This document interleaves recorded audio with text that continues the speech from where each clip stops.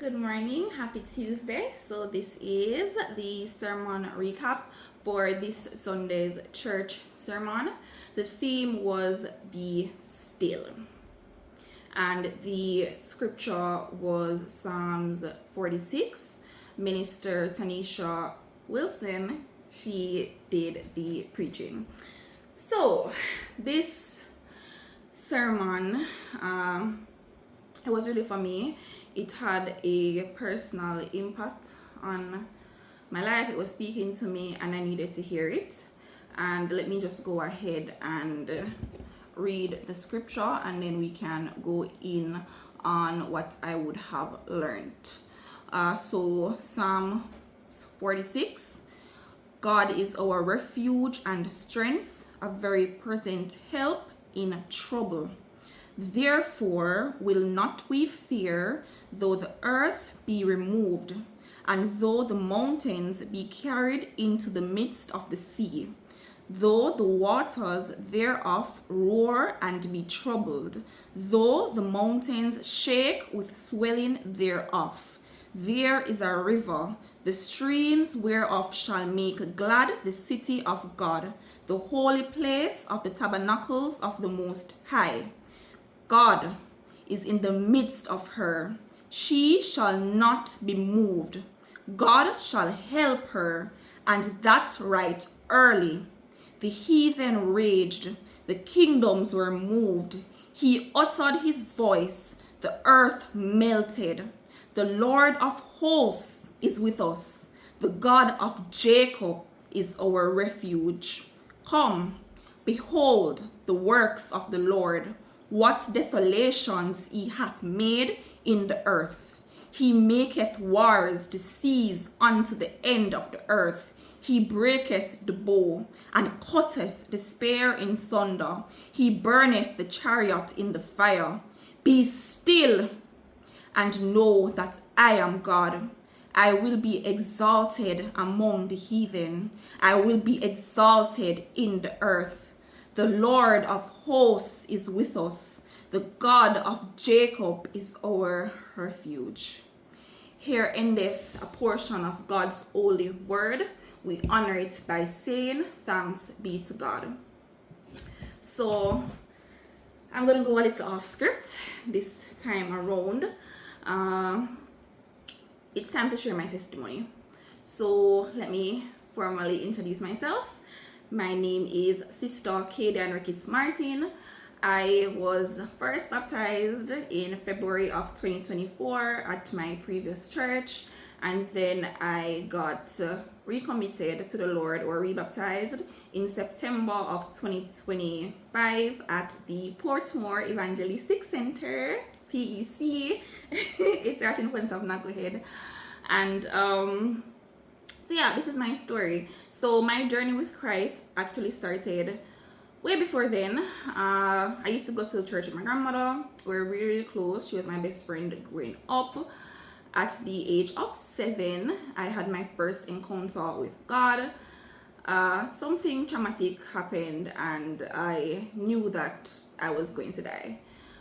I started praying and I begged God, like, if you spare my life, I will serve you. And there were witnesses. So my grandmother, my aunt, and my father, they were witnesses. He did save my life because he is a good God, of course. And I unfortunately did not make good with my promise to him. It took me 20 years to get baptized. Unfortunately, and then I left the church. I wasn't baptized or anything, but I used to attend church affair every Sunday.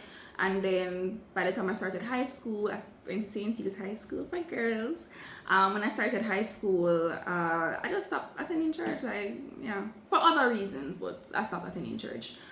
And so that's my journey with God and everything. So it took 20 years. I got baptized at 27. I'm now 29. And my grandmother, she passed away. She passed away before I got baptized. She passed away November of 2023. So, yeah. And that grief really I couldn't handle it. I really, to be honest with you, I couldn't handle it. Could not handle it. And the only way I am here right now is just because of God, and just because I had to just get baptized and just turn that grief over to Him. But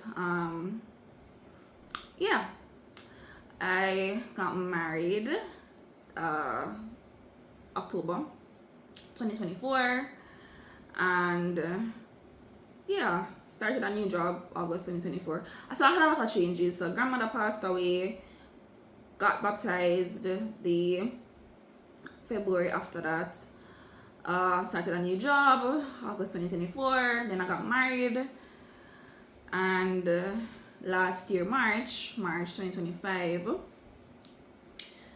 there was a decline in my mental health. My supervisor, I'm not going to call her name because I know it's pretty private, but my supervisor, thank you so much, because you know that you are a destiny helper in my life.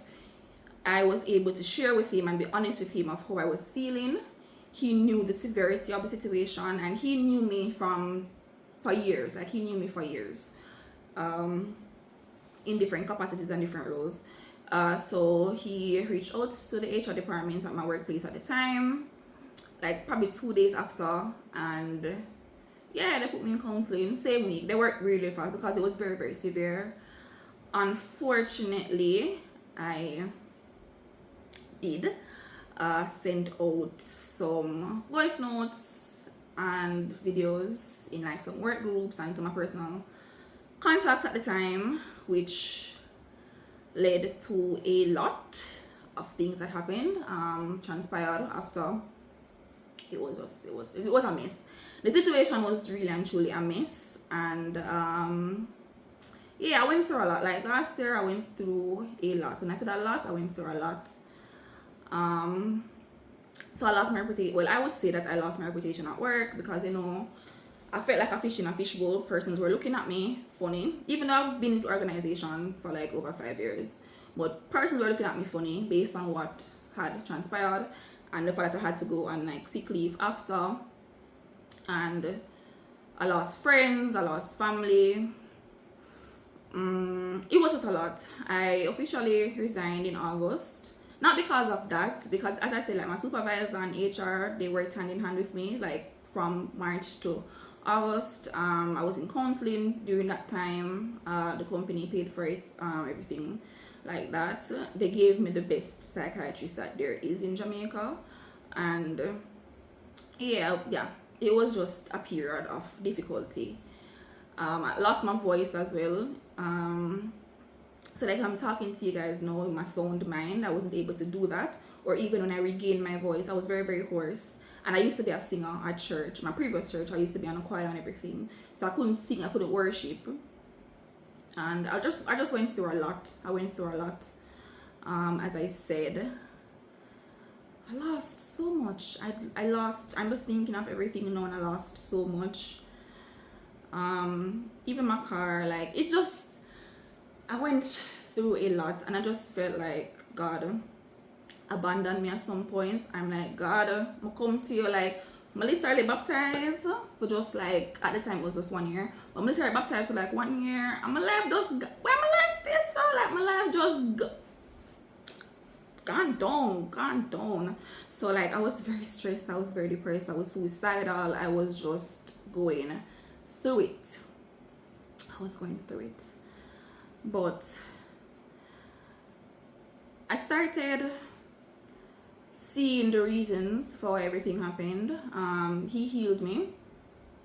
After I left the company, I got a new psychiatrist, and my treatment program has been going great. I'm talking to you guys, so like obviously things are going and I'm better. I'm really better, and yeah. So the friends who left my life at the time, the family who left my life, like it made space to reconnect some friendships that I had lost throughout the years, or reconnect some family relationships that I probably would have lost throughout the years, or made space for persons who were actually in my life, like probably on the sidelines, who at the time I probably didn't consider as a close friend, but they stepped up.